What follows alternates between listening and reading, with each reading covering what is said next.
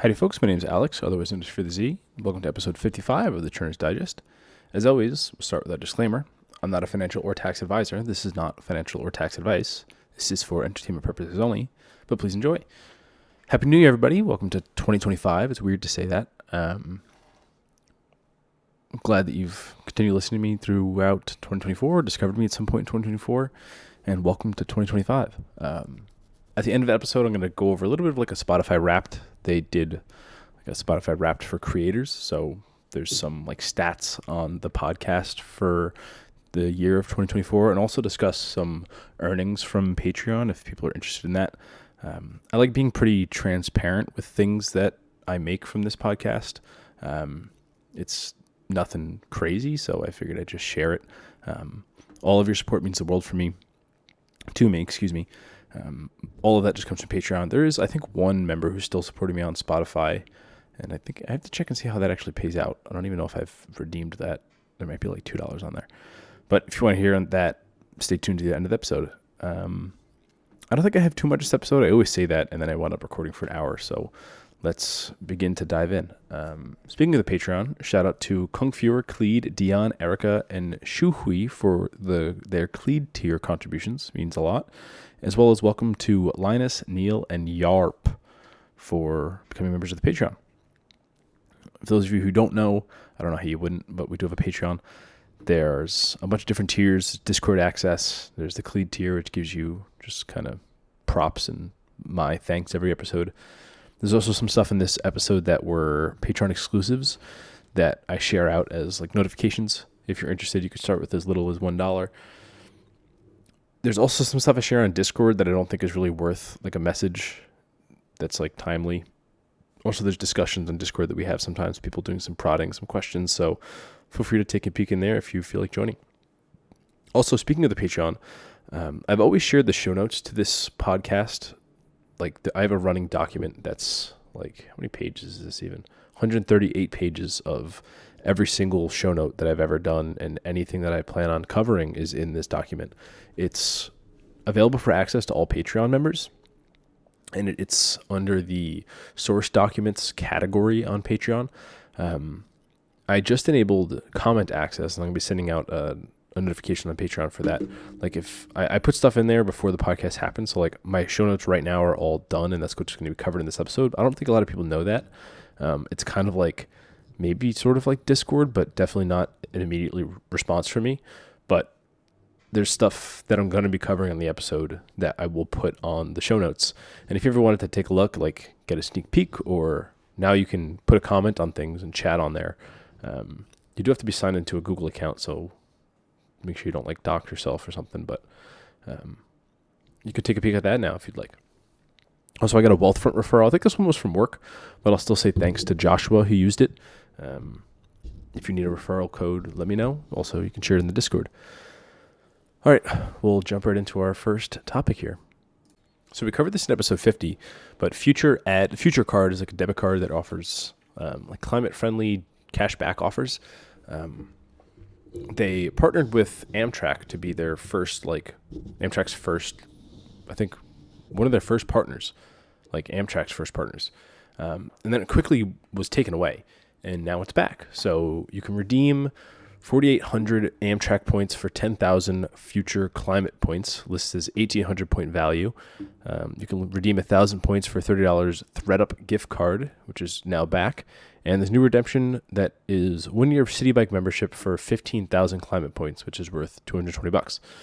So it's nice to see the Amtrak offer back. I don't think that's really useful to me. I don't take Amtrak too often, even though like commuting from Massachusetts to New Jersey is pretty cheap on Amtrak. I just haven't gone through the trouble of figuring that out yet. I kind of like flying, so I stick to the air.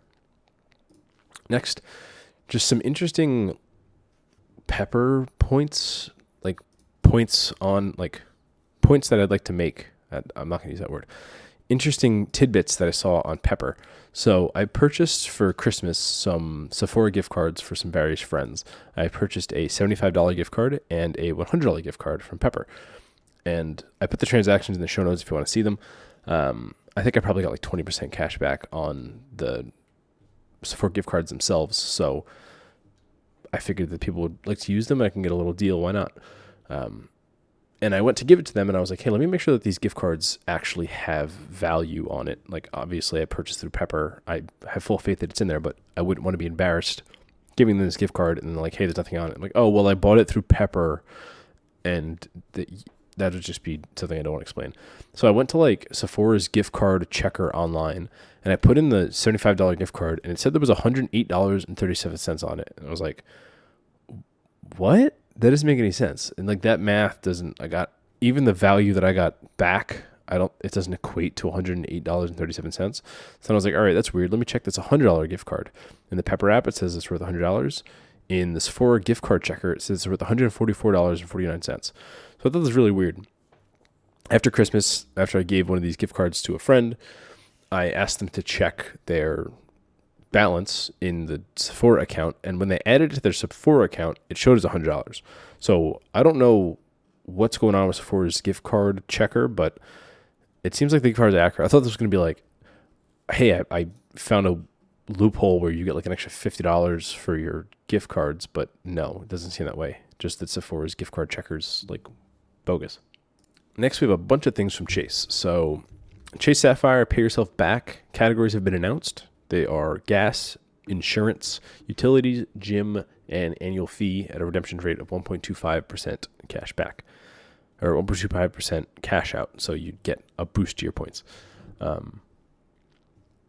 lot of people won't be happy given the removal of wholesale clubs. On the other hand, I think utilities and insurance are easy category to use and find them more useful. From Doctor of Credit, Chase Aeroplane Pay Yourself Back is 1.25 cents per point on travel purchases, which has an annual fee through the end of this year as well. The Chase Southwest card, it has Pay Yourself Back at 1 cent per point towards the annual fee. And the Chase United Pay Yourself Back is also for the annual fee between 1.5 and 1.75 cents per point, depending on the card version, no expiration date. Just good to know that there's these options to cash out. I personally hate having to try and chase your best point value. That's why I don't like American Express. I just like being able to cash out at a standard 1 cent per point, and it makes math so easy. So it's nice to have these easy cash out options. I had this in other tabs, so I might as well read it. I think I already read it on the last page, though. Extended through 12/31/2025, the Chase Aeroplane has travel purchases, dining, and grocery. Dining and grocery are at 0.8 cents per point, while travel is at 1.25 cents per point, and it's now limited to 200,000 points per year, which is $25,000 in travel purchases. So that is kind of a low limit. I mean, if you're like a massive traveler, a 2 round trip tickets to Japan is easily that. If you've got 200,000 points, I'm surprised that you'd be purchasing with the card and then paying yourself back for that. You're probably a points chaser, but at least you have the option. Next, we have Chase Freedom announced their 5% categories, and they also did a 5% surprise category. So since it's the, 15th anniversary of the Chase Freedom card, they're doing some new additional category in all of their quarters this year. And this first quarter is insurance and tax prep. Insurance, tax prep, and more. So it sounds like this will be announced for each of the quarters, but this is their birthday surprise for insurance payments and tax preparation services through March of this year. It looks like it is the same limit as the grocery, fitness, and spa category, but you're obviously going to have to do some tax preparation if you pay for services. Like I'm probably going to buy Free Tax USA, so I'll pay for my tax service on my Chase card. My tax services aren't that expensive, and insurance payments, I think I just went through and did my 5% back for my insurance payments with PayPal, so I'm kind of tapped out on that already. Next, Chase is adding all United credits to Travel Bank. So previously covered from Dr. Credit that Chase was changing the United Quest credit card to Travel Bank. It appears this is effective for all Chase United cards and that come with any sort of United credit. For example, Chase United Business, starting March 24th of 2025. It's kind of annoying that it's going to the Travel Bank instead of I think it was just as a statement credit before, and now states that each unused award flight credit will expire 12 months after a date of issue. I think normal United Travel Bank lasts for 5 years after date of purchase, so kind of a quick turnaround on this. So definitely a negative change there. Next, Frontier is back with their Frontier All-You-Can-Fly Go Wild Pass for 2025 to 2026. The pass is for $300. Previously, it was for $499.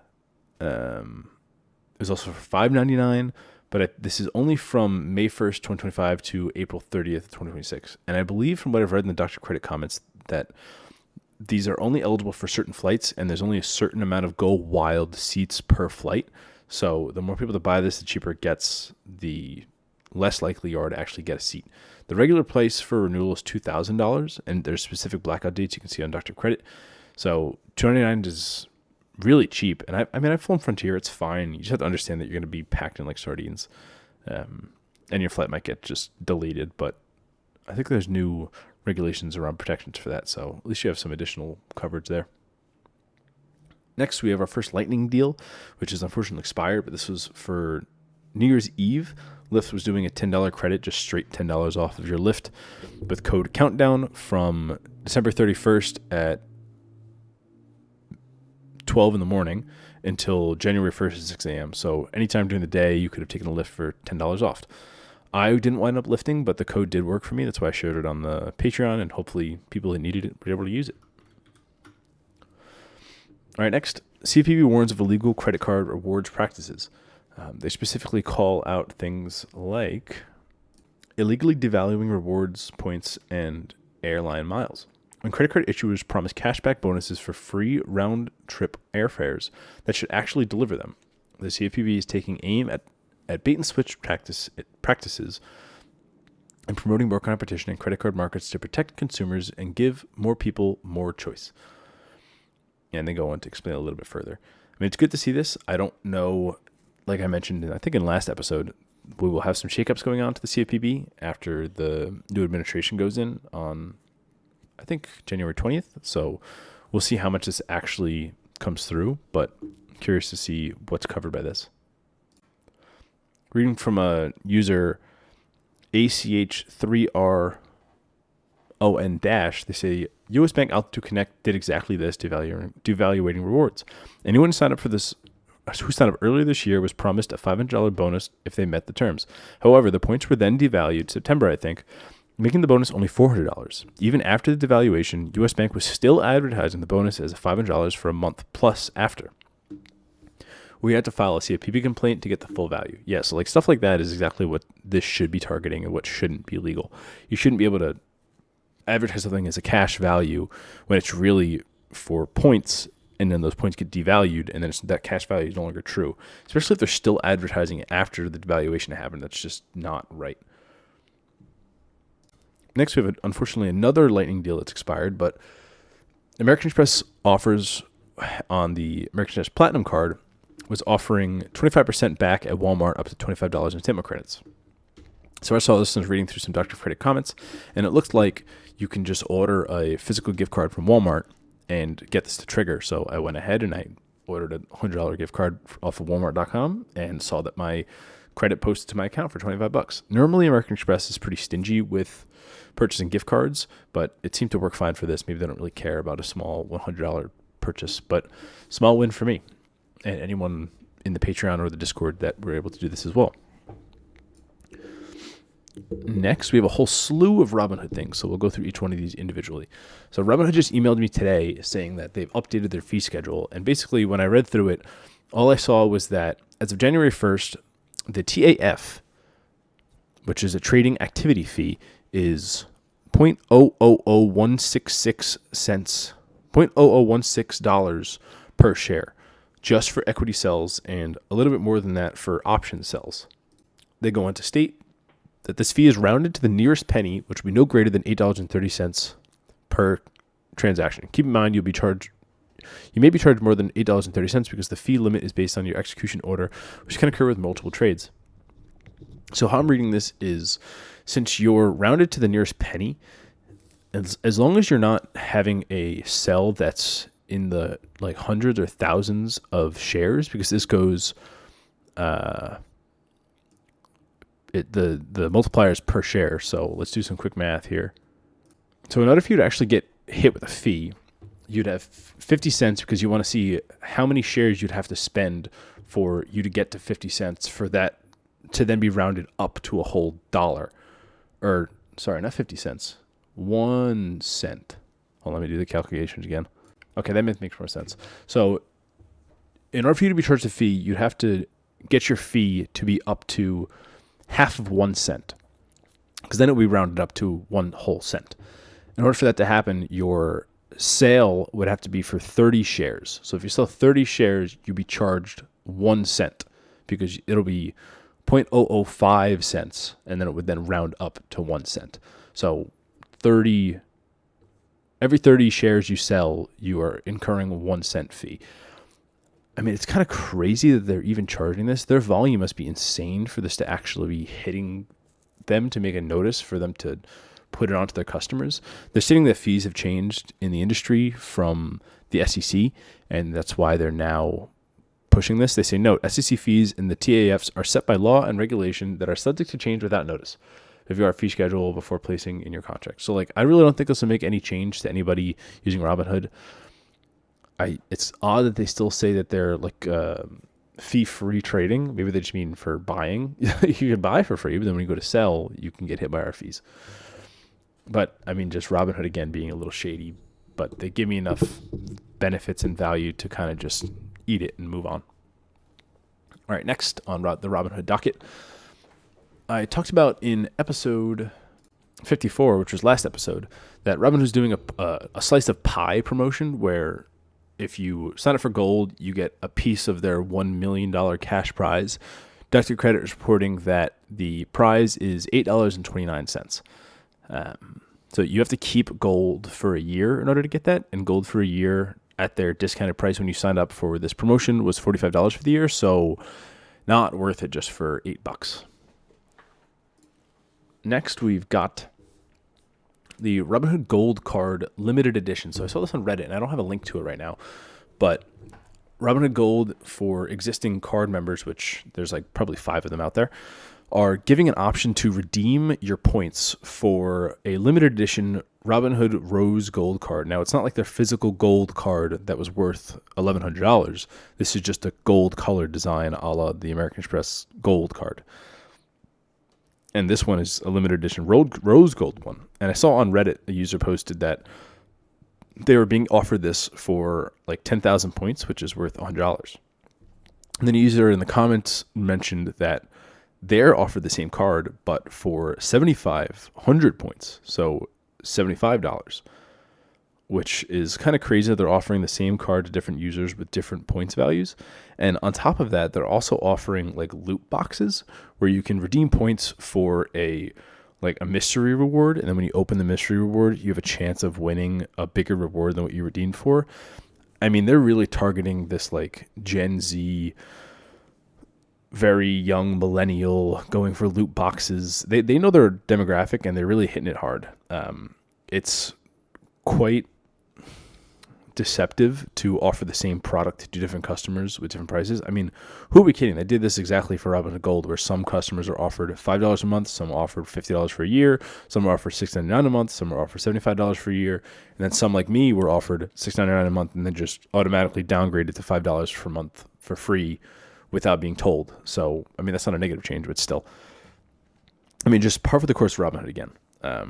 And then I guess a Robinhood positive thing was on New Year's Eve, they sent a notification out that there was a countdown where if you logged into Robinhood, I think it was at 10 p.m. Eastern time on New Year's Eve, they just said, be sure to be here. And thanks to Pandaman and Justin on the Discord for sharing with me that if you were on the screen when the countdown went to 0, you were entered in to win a equally distributed portion of 2.5 million Dogecoin. And that wound up being a whopping $5.93 of Dogecoin. And that was open to all Robinhood customers. And then on New Year's Day, they did another one, which I was lucky enough to set an alarm and remember to have my screen open. It turned out to be $2.5 million of Bitcoin. Hat tip to Cleed for telling me that there was one on New Year's Day. And that wound up being $8.21. So I wound up getting $8.21 from that. You do have to keep gold for a year, and it was gold members only. So, I mean, I plan on having gold anyway, so it's just like kind of pays for almost 2 months of gold. But I guess it's better than nothing, right? Next, I went and filed an application during our hiatus here, not hiatus, but during the time between podcasts, that Navy Federal Credit Union offer for establish a relationship and open up a credit card within 30 days and get an additional $300 on top of the sign-on bonus was too good to pass up. I wound up visiting my grandmother and got a copy of the discharge papers from my grandfather who served in the armed forces. Turns out when you're applying for a Navy Federal Credit Union relationship, they don't ask for documents. They do ask you what the relationship is, but they don't ask for proof. So I'm not saying go through and make an application even though you don't have a member of your family that was in the armed forces or have some other means of qualifying for membership, but they didn't ask for documentation. When opening up the membership, they allowed for $100 of credit card funding. And then once you have an established relationship, you can check and see if you're pre-approved. And I was pre-approved for the flagship card.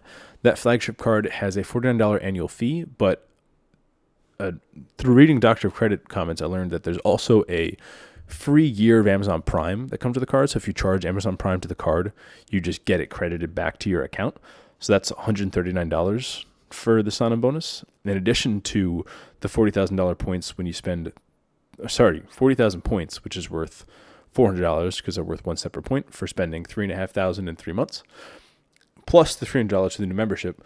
But something that's interesting about the free Prime is many members are quoting that this free Prime is actually an annual benefit. Even though it says that it's a sign-on bonus, it keeps crediting every year for customers that are charging their free Prime or their Prime to their card.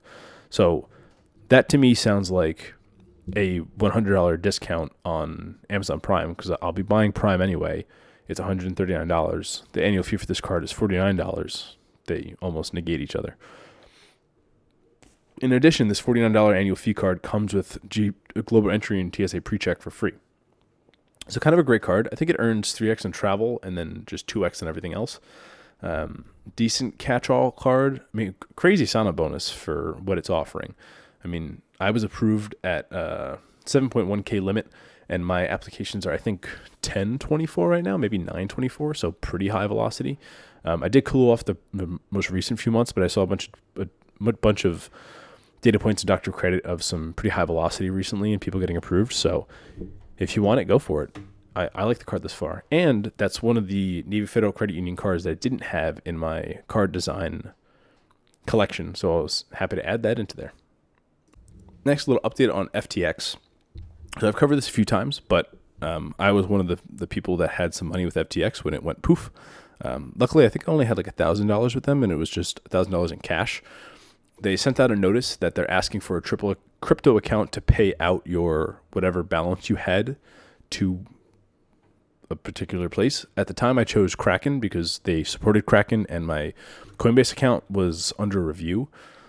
So they went in and just asked for my Kraken account. I gave them my Kraken account, and then I'm just pending the next steps, which is the actual payout. So I'll be sure to update here, but if you have not given FTX your crypto of choice or crypto exchange of choice to withdraw your funds to, definitely go ahead and do that. Check your emails. Next, an update from episode 52 with the dispute that I filed with Citi. So this was the dispute where I charged a concert ticket purchase to my Curve card, which then charged to my Citi card. And that was for a concert where I also purchased a ticketed entry to the rooftop bar, where when I went there were no tickets needed for the rooftop bar, and the ticket didn't get me anything. So I filed a dispute with Citi for that transaction. It was just $25 for 2 tickets, so $50 total. $25 per ticket for 2 tickets, $50 total. So I disputed just $50 of like the $250 concert ticket. And they said that they give them, I think, 30 days to respond. And I think that they sent the dispute claim to Curve because they were the middleman between Ticketmaster and Citi was Curve. And Curve is no longer functioning in the United States. So my guess is just fell on deaf ears and no one got back to Citi, and Citi just gave me the money because it's only $50 and no one responded. So good win for me. Didn't have to pay for the bogus concert ticket outside fiasco. Next, we have a post on our credit cards for how much you're paying in annual fees. And I figured I'd give my 2 cents here. Why not? So I went through my currently open credit cards and what annual fees I'm currently paying. My total is $1,975, which seems absolutely ridiculous. So going through each one, I have the Capital One Venture X for $395. I said here that I'd probably be downloading the card and keeping the Bank of America Premium Rewards Elite card, although I like it for flights that are not available on the terrible Bank of America portal. And I think I'm going to keep the Venture X. My annual fee was due on the 4th. They still haven't charged me yet, but I know that they don't give you a refund for the annual fee. And I do wind up using that $300 credit pretty much every year. $300 for the portal, that is. And they give you $100 in points just for your anniversary. So that's nice. And I also fly into DCA as well as IAD pretty frequently.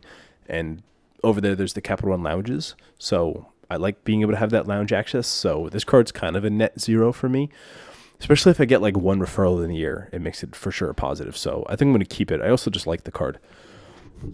Next, as I mentioned, I have the Bank of America Premium Rewards Elite. This card I'm definitely going to keep. I love it for the Priority Pass restaurant visits, as well as I'm going for Premium Rewards, Preferred Rewards Platinum Honors status, which will get me this card to be 2.625 cashback on everything, as well as I think it's 3.5 cashback on travel and restaurants when you're at that top tier. And honestly, I just like the card for no one else has it, and it has Priority Pass restaurants on it, which I love to use every time I go to Logan. I get my Stephanie's for $28 a pop. And I do have a tracker on the Patreon tracking all of my Priority Pass visits if you're interested in that. Next, I have the Bank of America Premium Rewards card for $95. There's a negative net annual fee of -$5 because of the $100 credit. Also, the Bank of America Premium Rewards Elite card comes with a $300 instant airline credit, which works on American Airlines gift cards, as well as a $150 lifestyle credit, which works for just straight Ubers. So net $150 annual fee for restaurant Priority Pass access, not bad. And you get a 20% boost to your points when redeemed for flights on the portal, which boosts the points on that card even further. So back to the Premium Rewards card, I just opened this card for the sign-up bonus, and you can transfer the points between that card to the Bank of America Premium Rewards Elite card, and then use those points for the extra 20% boost. So my $600 bonus for the Premium Rewards card actually nets to be $720 because of that 20% boost.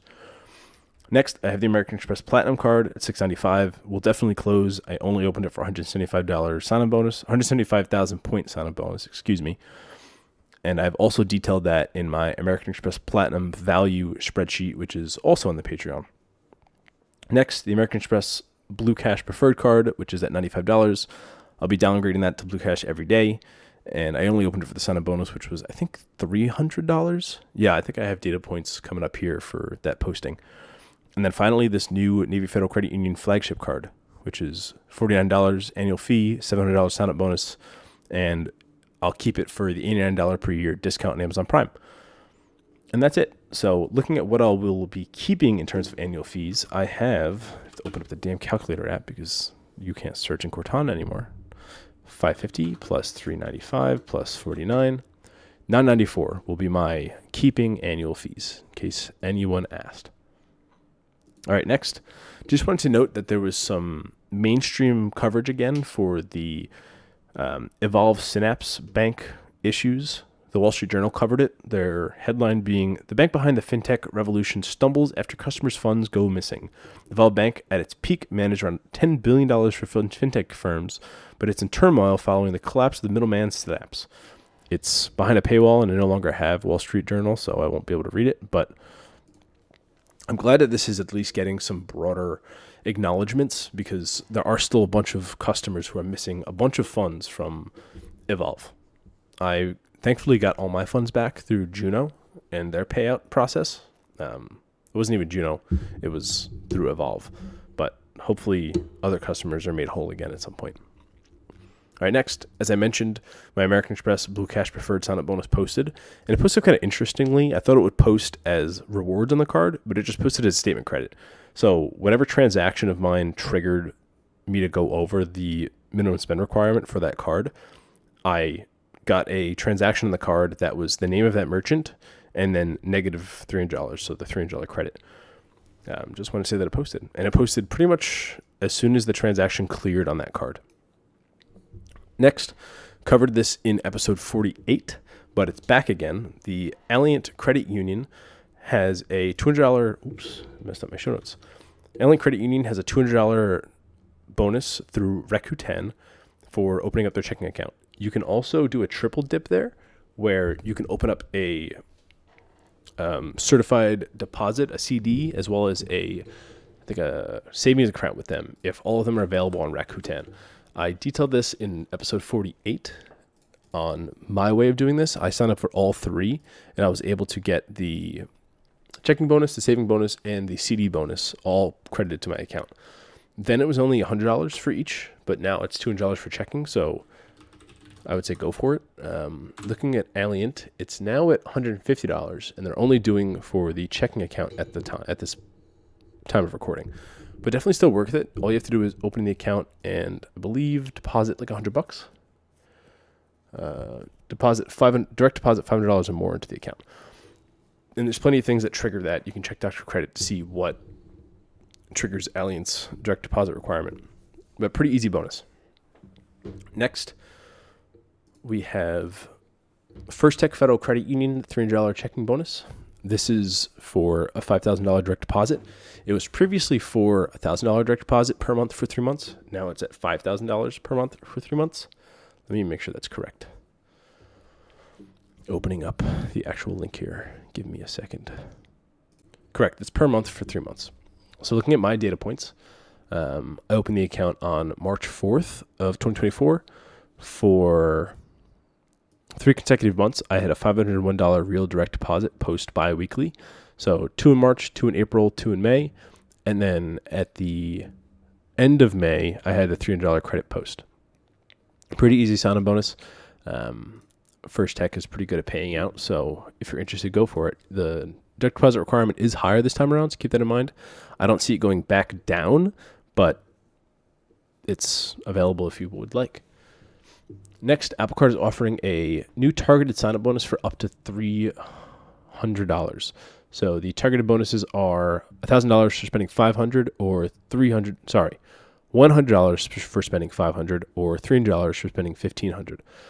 For a card that doesn't normally offer a sign-up bonus, that's pretty great. No annual fee, and you can check to see if you're approved without getting a hard pull. So go for it if you are LUL24. Next, I was doing some cursory reading on our credit cards, and I saw someone comment an interesting strategy for getting a free Bank of America Premium Rewards Elite card. And let's read this thread here. So this was a post by the user Wicked Wanker Musk. Nice, dude. The post was, does Bank of America have a ultra high net worth credit card? Someone commented, you can have the fee waived. Oh, sorry. Let me get the full context here. Team Cashback replied, the Premium Rewards Elite card is their top tier card. I was hoping that we'd see some annual fee waivers with the introduction of the Diamond and Diamond Preferred, such as a waiver for Premium Rewards at Diamond, but that didn't happen. A reply from Big Locks said, you can have the fee waived by getting the card through Merrill instead of Bank of America. Talk to your Merrill advisor. If one doesn't set up your accounts initially, you can request a free advisor. Someone replied, really? Can you elaborate? And Big Locks said, you need to be a Merrill Lynch private wealth client, which requires $250,000 in assets. You need to find an advisor that's willing to take your business while remaining self-directed so as to not pay management fees. This is a bit tricky since they work on commission, so most want managed accounts. They can apply for the card on your behalf, which will have the Merrill Lynch logo instead of the Bank of America logo, and the fees will automatically be waived. Some replies state that sounds like impossible unless you have a buddy. I can't think of an advisor that would want to do that without a hidden fees, and that would definitely defeat the purpose. Another user replied saying,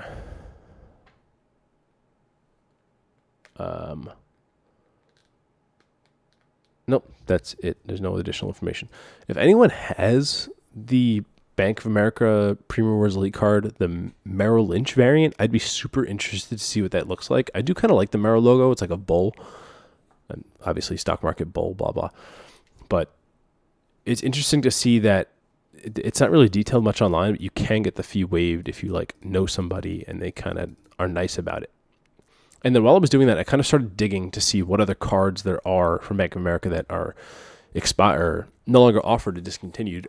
And I found a few. There's one under the Octave card, which was a Merrill Lynch Octave, which was actually issued by American Express, but was a Merrill Lynch card. And it offered 2.5 Merrill points on all purchases. A redemption points for the card are worth up to 2 cents per point. $350 annual travel credit or a Delta Sky Club executive membership, 20% off the base fare of up to 2 round trip tickets per itinerary, select international first and business class fare discounts, no foreign transaction fees, and a metal card. Disadvantages are you can apply for this card only if you're a Merrill Lynch private wealth client. To be short, you need $10 million assets in Merrill Lynch. There's a $950 annual fee and no sign-up bonus. Again, if you have this card image, it would be really cool to get. I didn't know this card existed, so it's cool to read about. And then Dr. Credit even did a review on this back in 2015 where they go into pretty good details. They have pictures of what the card packaging looked like, which I always like to see. I have a packaging unboxing of the Oxygen Fire debit card, which was like, I think it was a $299 annual fee card, which the unboxing on that was definitely the coolest I've seen. I'll put a link in the show notes if you're interested. I even made a fun little GIF on this page of like the unboxing like design. It was a really cool design. They did a great job. It's outsourced obviously by some like cool company, but they clearly spent a lot of money on the packaging for this auction card. Anyway, back to Bank of America. Let me close this tab and get back on track here. There's also the Merrill Plus Visa Signature card, which was discontinued in, it looks like 2017. The card came with 50,000 Merrill points after spending 3,000 in 3 months, 1x points on all purchases, and points are worth 2 cents per point, or up to 2 cents per point. No foreign transaction fees and no annual fee. And the card had another bull on it. I don't think Bank of America does these Merrill cards anymore, and they're kind of just, they don't really pay much attention to their credit cards in general, to be honest. But they have pretty good offerings, so it's sad. All right, next, I was in New Jersey visiting relatives over the holidays and saw Blue Foundry had a sign-up bonus. I think it was for like $300 or $200 or $100 for opening an account and depositing some funds. I applied online after seeing it in person and got no response. They didn't have any credit card funding either, so not really interesting, but figured I'd cover it. Next, for New Year's Eve, I stayed with my girlfriend at the Langham in Boston, and it was actually a really nice experience. The hotel was definitely not cheap, but it was part of like the premium collection. I bought it on my Capital One Venture X card, and the American Express Platinum has a $200 credit off of your bill when you stay 2 nights at these hotels, as well as a $100 experience credit and free breakfast. But Bank of America, or the Capital One Venture X card, also has a similar thing, minus the $200 fee or $200 credit. I already used that for last year, and I wasn't staying 2 nights, I was just staying 1. So I just used my Venture X card. So I got 10x back on the purchase of the hotel for purchasing through the portal. We got a $100 experience credit, which is good for like room service or a spa if they have it, or a restaurant that's in the building. When anything you charge to the room, it'll be used towards that. There's also an $84 breakfast credit, which was really $42 per person, as well as the hotel offered like free shoe shining overnight. It was just a really nice hotel, a great experience, a nice way to spend New Year's. I will note that the restaurant that we went to that was in the hotel, we got the $100 credit for the experience credit, so I charged the hotel room. The total bill came out to like $170. We got like drinks and dinner, and the breakfast came out to like $130. This is all with tax and tip.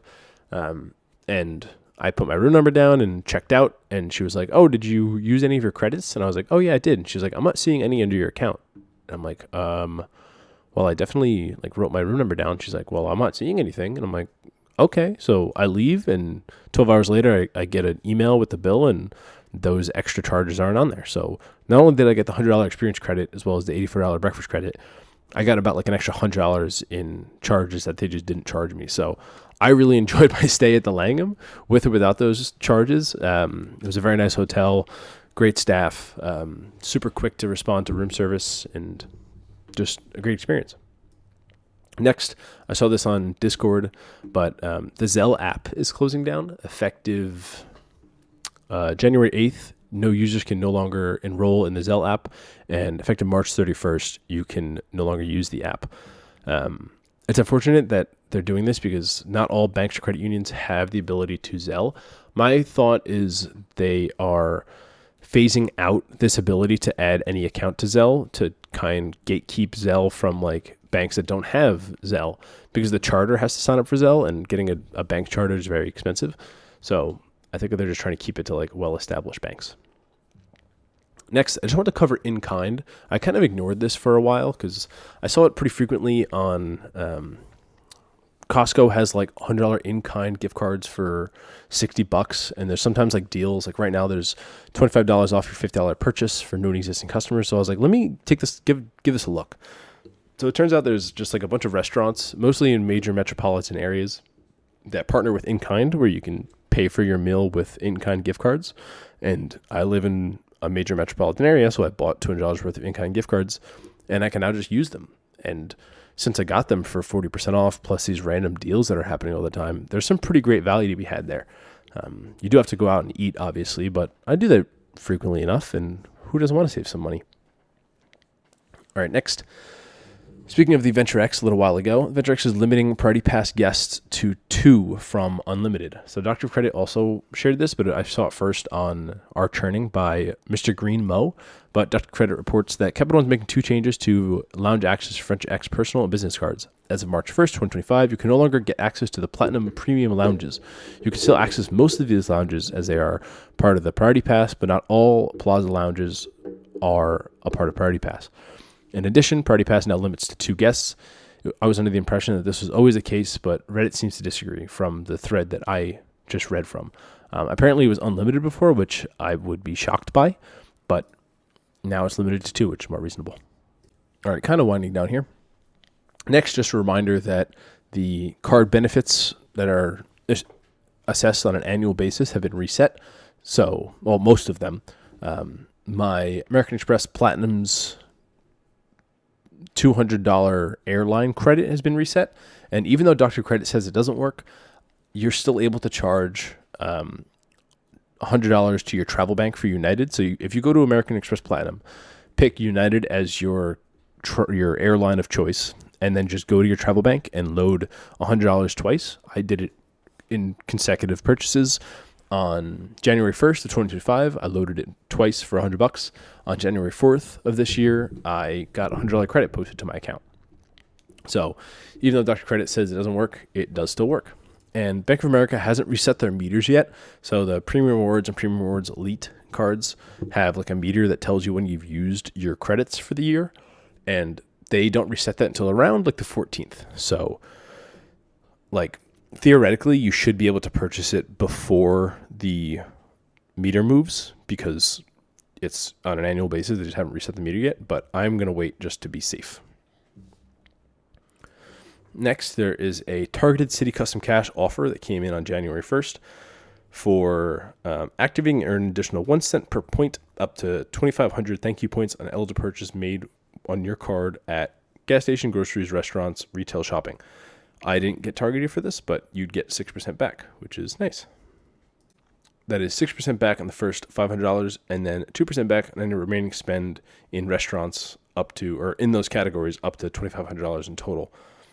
So nice little additional benefit there. Next, Dr. Credit shared their most popular posts from 2024, which I thought was interesting to read. So the most popular new post was the American Express Platinum 175K point sign-up bonus, which is pretty obvious. The City 300, 325, $450 checking bonus, which I was kind of surprised to see that there, but it makes sense because it's a pretty good bonus. The Capital One $250 checking bonus, which also makes sense because it was a really easy bonus, which is still available, by the way. the Chase Sapphire Preferred 85,000 points offer, or Chase Sapphire Reserve 75,000 point offer. And then the rest are kind of not really important. And the top existing posts are the obvious: best bank account bonuses, best current credit card bonuses, best high yield savings account, lists of methods for banks that count as direct deposits, the Chase $9 checking account plus saving bonus, which is always a staple. Their Amazon 50% membership reward point bonuses, SoFi checking and savings for $655 through Rakuten, and another Capital One savings bonus. So Capital One's making the list pretty often. They have pretty good bonuses recently. All right, next, little update from me. I use Arcadia, which is what I use for my energy bill. Basically, Arcadia offsets my electric usage by funding a community solar farm and then taking some of that and crediting on my account. Basically, the way it works is I pay Arcadia, they pay my utility bill. I get 10% off my utility bill by going through Arcadia. They sent me an email saying that, actually, no, let me take that back. I checked last month's electric bill because I do that pretty frequently because I'm neurotic, and I noticed my bill wasn't paid. Luckily, Arcadia is really weird. I don't know how it works, but I have negative $500 in my utility bill because it's not amortized. I look up that word every time I say it, and I'm not looking it up again. Basically, I continue paying Arcadia, and they do some stuff in the back end to make it equal out. But I didn't get a bill from Arcadia, and I log into Arcadia, and it says my community solar farm has been closed. And I'm like, what?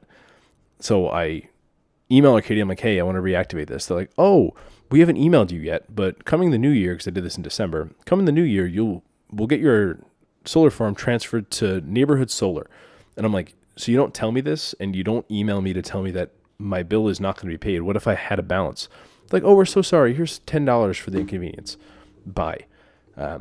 So I called Neighborhood Solar, and it turns out they're just another middleman between community solar farms and your utility bill. But community solar is different in that you still pay your utility bill, but then you also pay community solar for whatever balance they didn't pay your utility bill. But Neighborhood Solar also said they're going to be bumping my 10% savings to 20% savings now.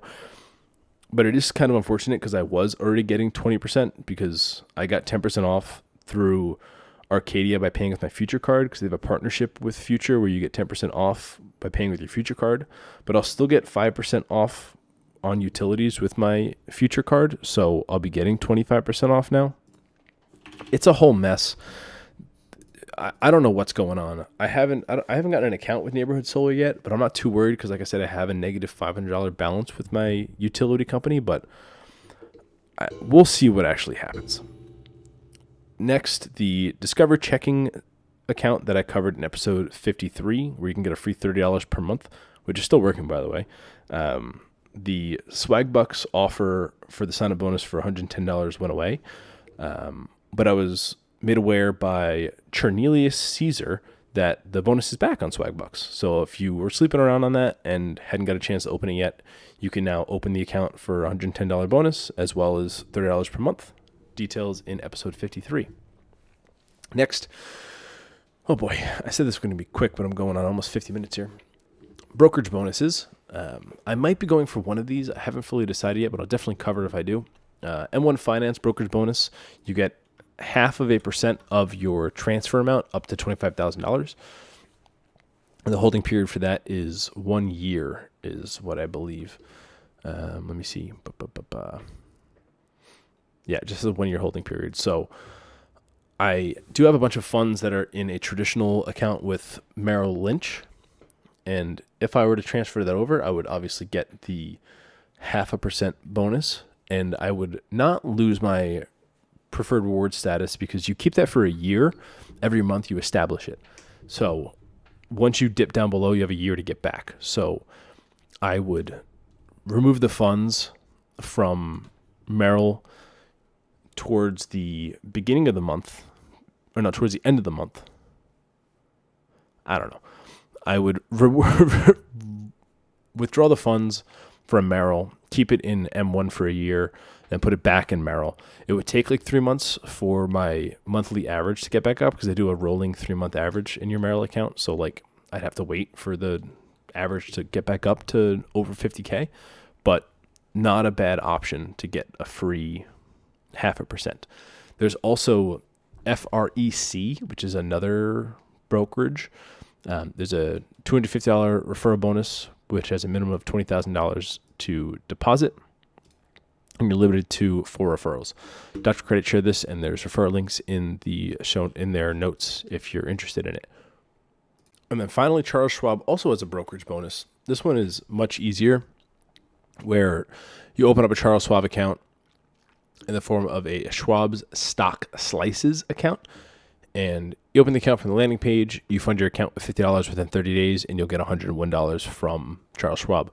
Some people like opening up a Charles Schwab account because you can have a Charles Schwab Platinum card, which I believe gets you to cash out your card at 1.1 cents per point, as opposed to the 0.6 cents per point in cash.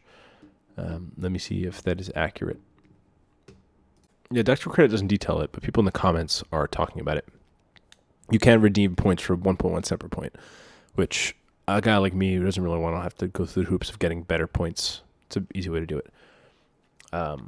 Next, an update on my Langley Credit Union referral. I noted in the last episode that my sign-up bonus paid out, which was $100, but my referral hadn't paid out yet, and I got dinged by a member Eric on Doctor of Credit asking me if my referral bonus hit yet. And yes, it did. January 2nd, 2025, my $50 deposit member referral welcome to Langley Credit posted. So that's my first bonus of the year. Oh, I can also detail at the end of this episode my total earnings for this year in churning. Next, winding down here, Bank of America Alaska Airlines card, 75,000 miles offer plus companion fare. It is available again, but requires an employee code. So you can find some on Frequent Milers website. Not a bad sign-up bonus if you're interested. Annual fee is not waived first year of $95. 3x on Alaska Airlines tickets, vacation packages, and cargo purchases. 2x miles for every $1 eligible gas, cable, streaming services, local transit. Free check bag for you and 6 passengers on your reservation. No transaction fees. 10% reward boost on all miles earned from cash from card purchases if you have an eligible Bank of America account. That's an interesting bonus. Priority boarding benefits, 20% back on Alaska Airlines in-flight purchases, $100 annual Alaska Lounge Plus membership when you pay with your credit card, Alaska's famous companion pair for $122 each account anniversary when you spend $6,000 or more on the purchase in the prior year. Card would not be available to you if you have or have had the card in the preceding 24 months. This is not applied to the business card of the product. Not as good as the $70K plus $100 offer, but still a good value. All right, winding down here. I'm running out of steam. American Express Platinum Business Platinum adds $200 in Hilton credits. This is like a whole kind of a saga. The American Express Business Platinum added a $200 benefit in for Hilton credits. It's a new benefit where you're able to get $200 in Hilton credits per quarter on the card. A lot of people saw this and were like, oh, I can just buy $50 gift cards at Hilton every quarter and get maximize my value here. Turns out so many people did this that Hilton has a gift card website where you can buy gift cards. You buy physical gift cards. So many people did that there's an update on the site that says, Dear Hilton gift card purchasing customer, due to an unforeseen inventory shortage of Hilton gift cards, RPG has been instructed to temporarily suspend the sale of Hilton gift cards until card inventory is replenished by Hilton program management team. We are expecting replenished inventory to be available within the next 8 weeks. RPG, along with the Hilton gift card management team, apologizes for the unexpected delay and appreciates your understanding as we work closely with all relevant parties to resolve this shortage. Really funny to see the impact that something like American Express adding this value does to something like these gift card availabilities. Next, Dr. Credit's reporting that there are lower fees for paying your federal taxes with a credit card. Pay 1040 is the website, is now showing 1.75% on the website, but when you click through, it looks like it's charging 2.89%. but it looks like that's just through business cards and PayPal for the higher percent, and that the personal card should be lower, and that's the lowest one we've seen, as well as Pay USA tax, which I've used in the past, is just fully gone now. So now you just have pay1040.com as well as ACI payments as your options. But the fees are slowly going down, which is nice. All right, dwindling down here. City's making changes to the City Costco card. Everything's remaining the same, except when you purchase gas or EV at Costco, you'll earn 5% back on those purchases, and you'll still earn 4% at gas and EV stations that are not Costco. And the card is changing from a gray design to a black design. So if you have this card, I don't even think I have this card,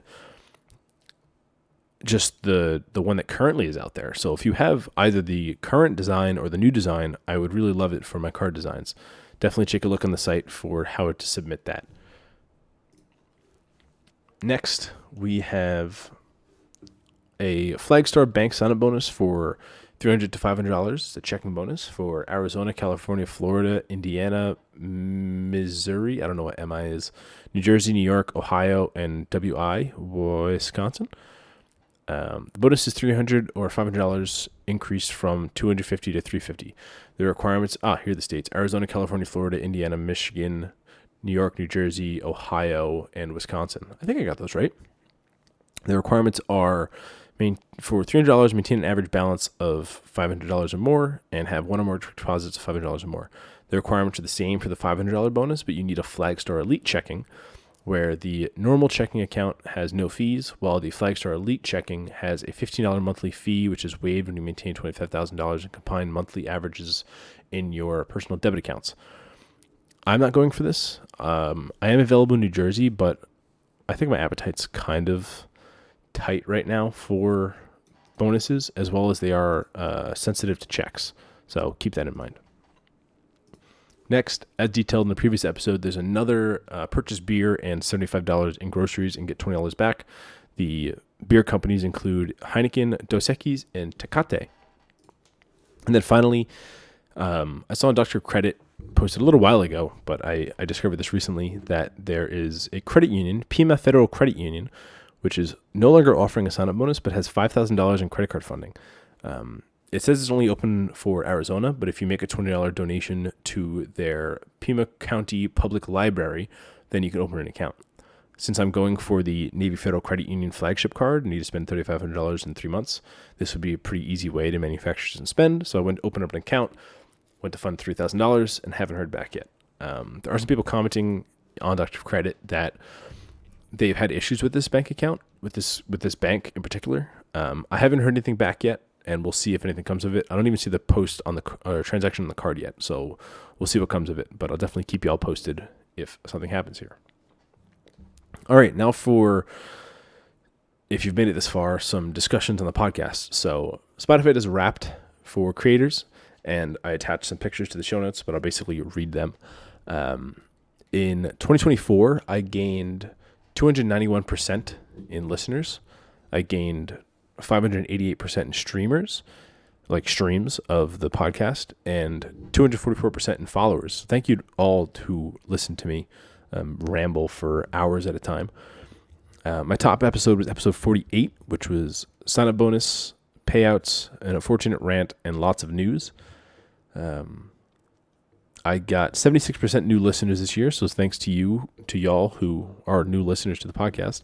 Demographics here for listener age go 18 to 24, 2%, 25 to 39, 13%, 30 to 34, 17%, 35 to 44, 39%, 35 to 54, 19%, 55 plus, 10%.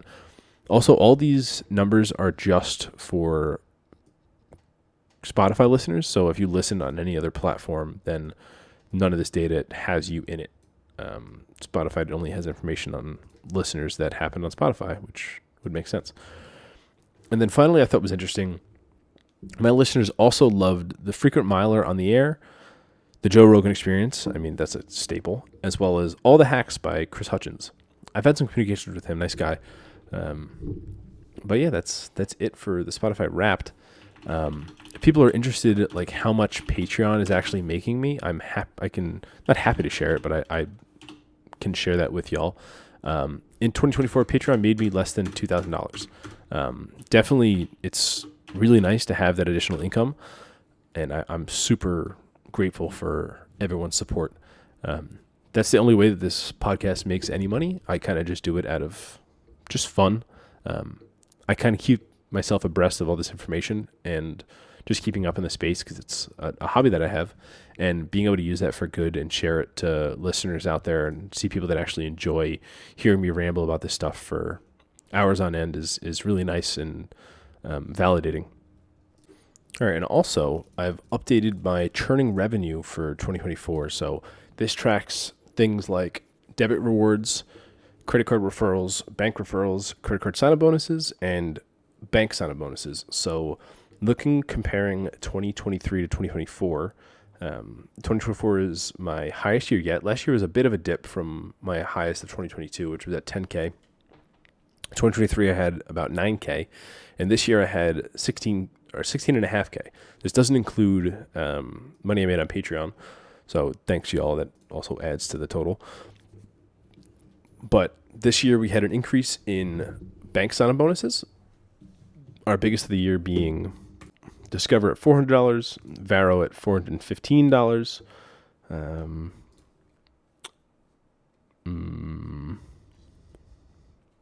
Who else do we got? I'm just looking down my list here. I think my Chase account posted this year at $900. Yes. Why am I only showing $300 each? Maybe I did $600 this year. I think that's wrong. Chase. Dead air, Alex. Dead air. Is it down there? There it is. Yep. $900 this year for Chase. I need to hide these two. Why do I have these open still? Who else? $300 from Keypoint, $325 from Wells Fargo, $852 from Robinhood, but that's an IRA. So like I consider that as a bank bonus because I don't have a brokerage bonus, although I definitely should add that. So that was a pretty big unicorn. $350 from First Trust, $400 from Citi. So a great year for bank account bonuses. On the credit card side of things, also one of my second highest credit card sign-up bonuses years. My highest being the American Express Platinum, $1,750. And then we had $600 from Bank of America, $300 from American Express, $200 from Step, $200 from SoFi. Nope, that's a lie. SoFi was last 2024 or 2023. $150 from Redstone. Just a pretty good year in terms of bank referrals. All of that is from Upgrade. Upgrade came in crazy this year. Where the hell is my Upgrade in the spreadsheet? I hid it because they closed my account, so I don't have to update it every month anymore. Yep, Upgrade. Let's hide these guys. Hide, and let's hide these guys. Hide. Upgrade for referrals made me just over $2,000, $2,150 between their savings and their checking, and that savings was a huge one in the form of I think it was $500. Dr. Credit. Let's see if I can find the Dr. Credit post. Yeah, this was a bonus ranging from $75 to $500, where depending on how much you deposited, you can get a pretty big bonus for both parties. Offer period for new customers to open an account by April 30th, 2024. New customers qualify for $50 bonus. A $50 bonus, a $75 bonus for depositing $15,000, $150 bonus depositing $30,000, $300 bonus for depositing $50,000, and $500 bonus for depositing $100,000. I believe both parties got this. Yes. They had a dedicated referral page where there were 183 people that posted referrals, and I was lucky enough to have checked the site checked Dr. Credit as soon as this was posted. So I was the first person to post their link, And obviously people use my link because it was the first one there. I'm trying to scroll through all of this. Yep. I was the first one to post it, and I said limit of 10 has been reached. Thanks, everybody. That was on my birthday, actually. So happy birthday to me. I posted that on my birthday. That's really funny. So that was a humongous bonus from Upgrade. Credit card referrals, kind of nothing to note this year. Credit card referrals were, I got 1, 2, 3, 4 from my American Express Platinum, and one for my Chase Amazon Prime Visa. And then a big addition this year were debit rewards. So I've covered this in episodes 51 and 49. I was using their debit card to get some arbitrage cash back, and they shut my account down for it, but not before I made $5,000 off of it. So that was a humongous boost this year. So people often ask me why I do this. And this graph that I have here is the exact reason why I do it. My little hobby here has earned $16,000 just from sitting on my butt on my computer, moving money around. I'm very grateful for being able to do this, and especially grateful to the listeners who listen to me every week. People participate in the Discord, who message me on email or Reddit. If you do message me on Reddit, if you message me through Reddit Messenger, I don't read that because I don't use the Reddit client, and I use old Reddit, so I never get those notifications. I maybe check them twice a year because I'm oh damn, I have these. Oh, I have 4 messages. But I hope to see you around. Thanks for listening. Thanks for your contributions. Thanks a million. And happy hunting. See y'all.